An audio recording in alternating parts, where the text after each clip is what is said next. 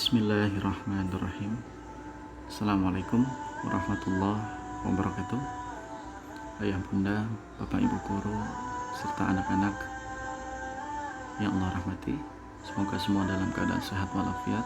Dan jikalau ada yang sakit, semoga segera Allah angkat penyakitnya sehingga bisa beribadah dan melaksanakan aktivitas sebagaimana mestinya. Baik anak-anakku, senang sekali Pembayu bisa menyapa kamu dalam PJJ hari ini. Hari ini kita akan melanjutkan materi bahasa Indonesia dengan sub materi yang baru setelah sebelumnya kita membahas membaca sastra.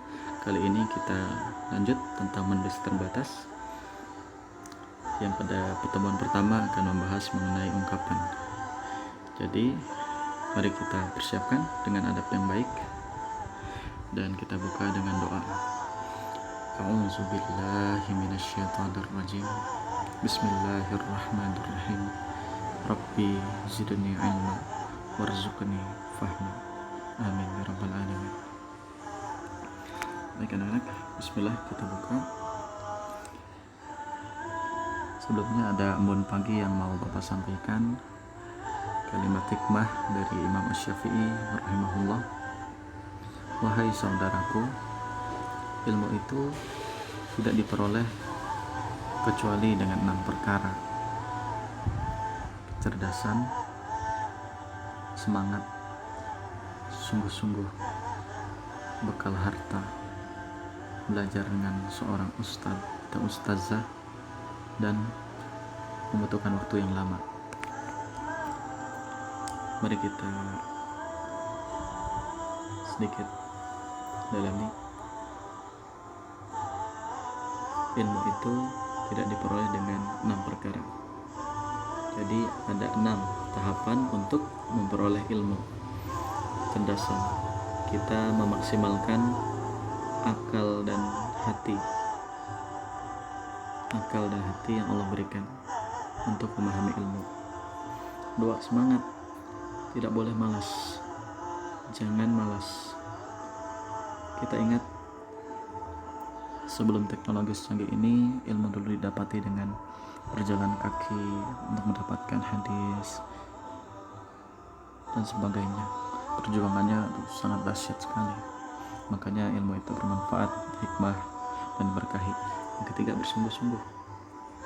Ya, harus sungguh-sungguh mencatat, mengerjakan. Zaman dulu mencatatnya rapi, mengingat dengan begitu sungguh-sungguh. Jadi kalau sekarang kondisinya berarti sungguh-sungguh. Ketika waktu jam belajar, sungguh-sungguh belajar. Ada materi yang penting, susah, sulit, silakan dicatat. Jika kalau nggak bisa, cari lagi sumber lain. Itu namanya sungguh-sungguh. Nggak bisa, tanya guru yang bersangkutan.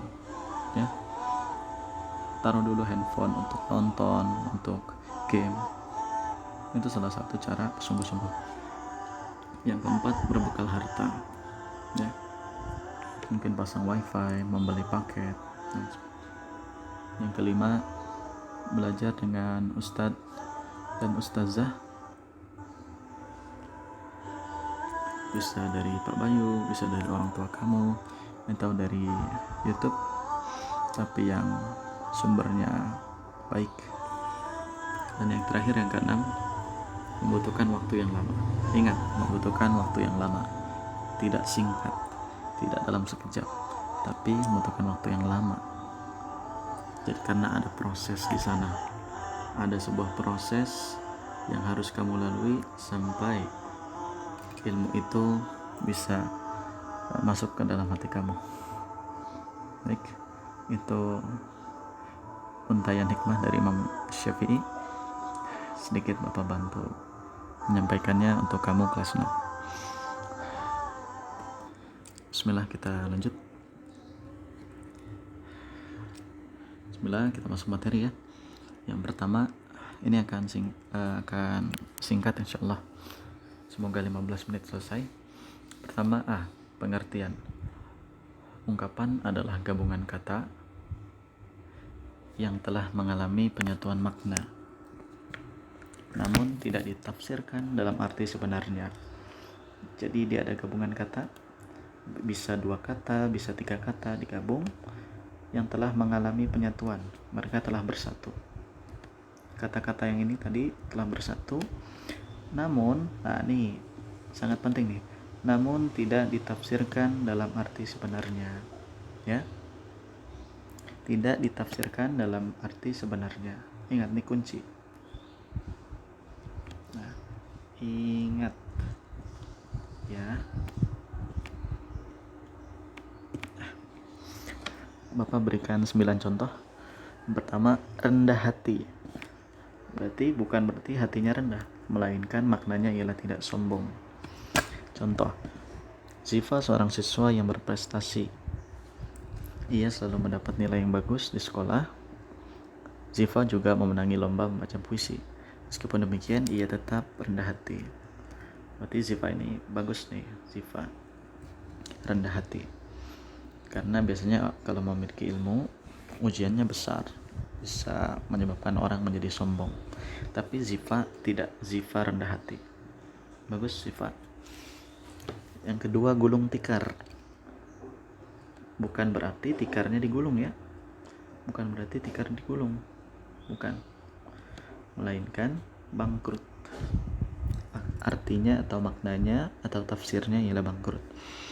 Sejak pandemi COVID-19, terpaksa beberapa industri yang tidak bisa bertahan harus gulung tikar. Artinya harus tutup. Harus bangkrut. 3. Kabar angin. Bukan berarti angin itu memberi kabar. Jadi ada angin lewat, saya mendengar kabar. Bukan. Melainkan informasi yang tidak jelas sumbernya, atau kita kenal istilah sekarang hoax. Nggak jelas nih dari mana dapat tiba-tiba udah di WhatsApp beredar, itu namanya hoax. Makanya kalau ada informasi harus dikaji dulu, bener nggak nih gitu. Jangan main share, ada apa-apa share ya. Menurut kabar angin yang berhembus, ia telah menjadi tersangka dalam kasus penipuan itu. Ini baru kabar angin nih, belum diuji faktanya, beritanya masih belum jelas ya. Kemudian yang keempat, kepala dingin. Bukan berarti kepalanya kayak es batu, bukan ya, tetapi tenang. Percayalah, segala sesuatu dapat kau selesaikan jika berpikir dengan kepala dingin, dengan tenang. Biasanya kalau tenang kan, mulai bisa keluar, jalan keluar, tenang, dengan tenang, ya kan. Kalau tenang biasanya dapat jalan keluar. Makanya suruh wudhu, suruh sholat, baca Quran, nanti ada jalan keluar. Yang kelima, tangan kanan. Bukan berarti tangan kanan asli, tapi orang kepercayaan. Contohnya, seorang asisten pribadi hampir sama kedudukannya seperti seorang tangan kanan. Atau mungkin lebih mudah begini. Jadi ada guru, ya, ada guru. Kemudian ada ketua kelas. Guru ini ada rapat nih, Jadi dia nggak bisa mengajar. Kemudian dia ngasih tugas, nih ya, tolong Bapak nitip tugas, kerjakan latihan-latihan ini, dikumpulkan di meja Bapak. Nanti kalau sudah,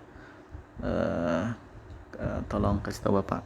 Kalau ada yang tidak mengerjakan atau ada yang berisik, silakan dicatat namanya.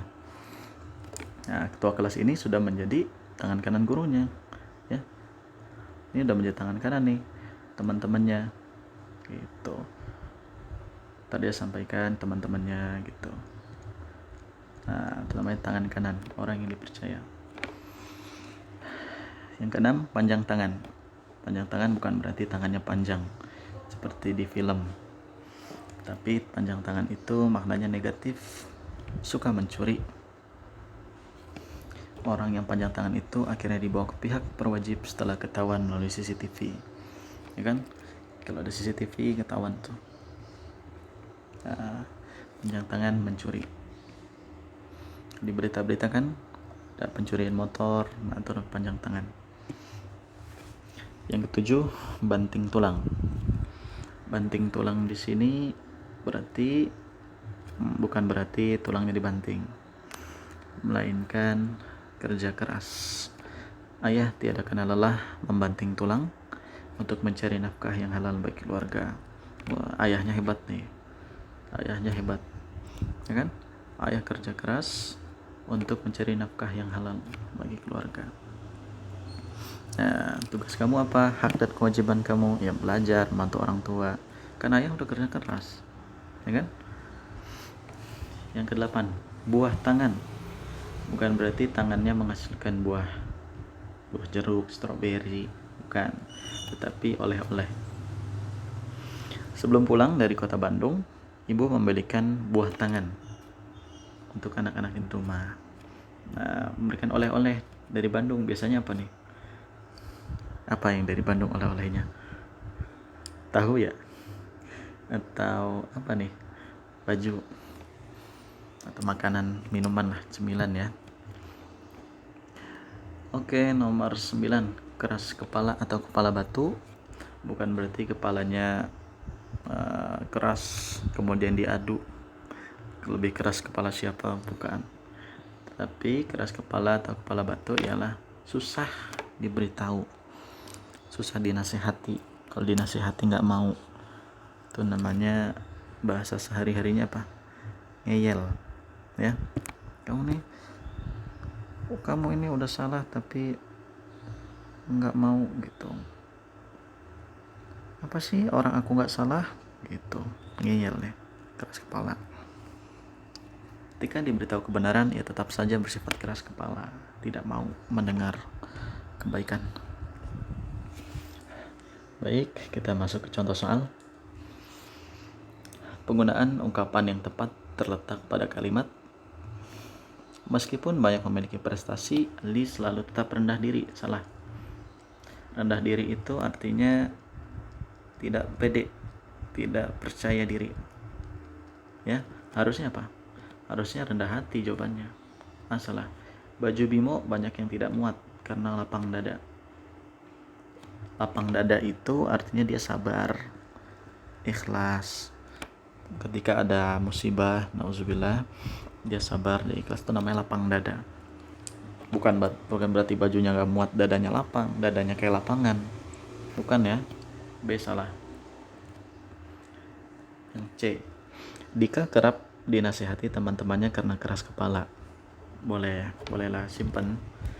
Diana ringan tangan karena tangannya terbentur saat lantai jatuh. Salah.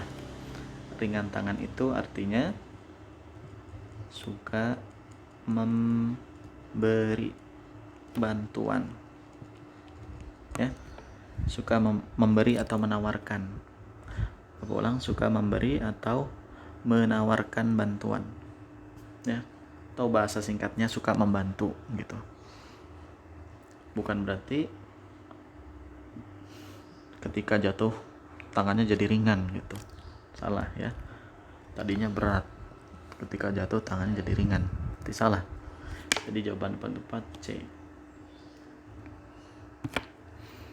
Bacalah paragraf berikut. Kedua orang tuaku mengajarkan untuk selalu hidup mandiri. Kami diajari membantu pekerjaan orang tua atau orang yang mengalami kesusahan. Jadi dari kecil udah mandiri nih. Orang tuanya bagus, orang tuanya hebat. Sudah diajarkan untuk membantu yang susah. Kami tidak, ingat, kami tidak jika mendapati ayah dan ibu ataupun orang lain yang sedang mengalami kesulitan. Kami tidak panjang tangan. Salah. Kami tidak mencuri. Salah ya. Memeras keringat artinya kerja keras. Kami tidak kerja keras jika mendapati ayah dan ibu sedang kesulitan. Salah. Masa dia nggak kerja keras? Kami tidak berpangku tangan artinya ialah malas-malasan. Malas-malasan. Kami tidak bermalas-malasan jika ayah dan ibu atau orang lain dalam kesulitan. Nyambung. Simpen ya. Kami tidak mengulurkan tangan ini artinya memberi bantuan, yang dia mengulurkan tangan, berarti kan kayak menawarkan bantuan kan, menawarkan bantuan. Nah, maaf ya tulisannya ya begitu deh. Kami tidak menawarkan bantuan jika ayah, ibu, atau orang lain kesulitan. Masa nggak nawarin? Nawarin dong. Jadi jawabannya C. Kami tidak males-malesan jika ada yang kesulitan, gitu. Kan dia membantu. Gitu. Paham ya? Insyaallah. 3. Pencuri itu titik-titik saat aksinya tertangkap basah. Tertangkap basah itu artinya apa? Ketahuan oleh warga. Kalau ketahuan lagi nyuri nih, orang lagi nyuri ketahuan, apa yang terjadi? Panik nggak dia? Pasti panik. Setelah panik dia bingung, ya kan? Mau lari kemana? Apalagi kalau dikejar, lari kemana nih? Panik, bingung. Mana ungkapan yang sesuai dengan panik dan bingung? Keras kepala salah, banting tulang salah, kebakaran janggut atau diam seribu bahasa. Diam seribu bahasa, masa dia diam? Diam seribu bahasa itu artinya tidak bicara. Ketika ketahuan dia tidak bicara, salah ya.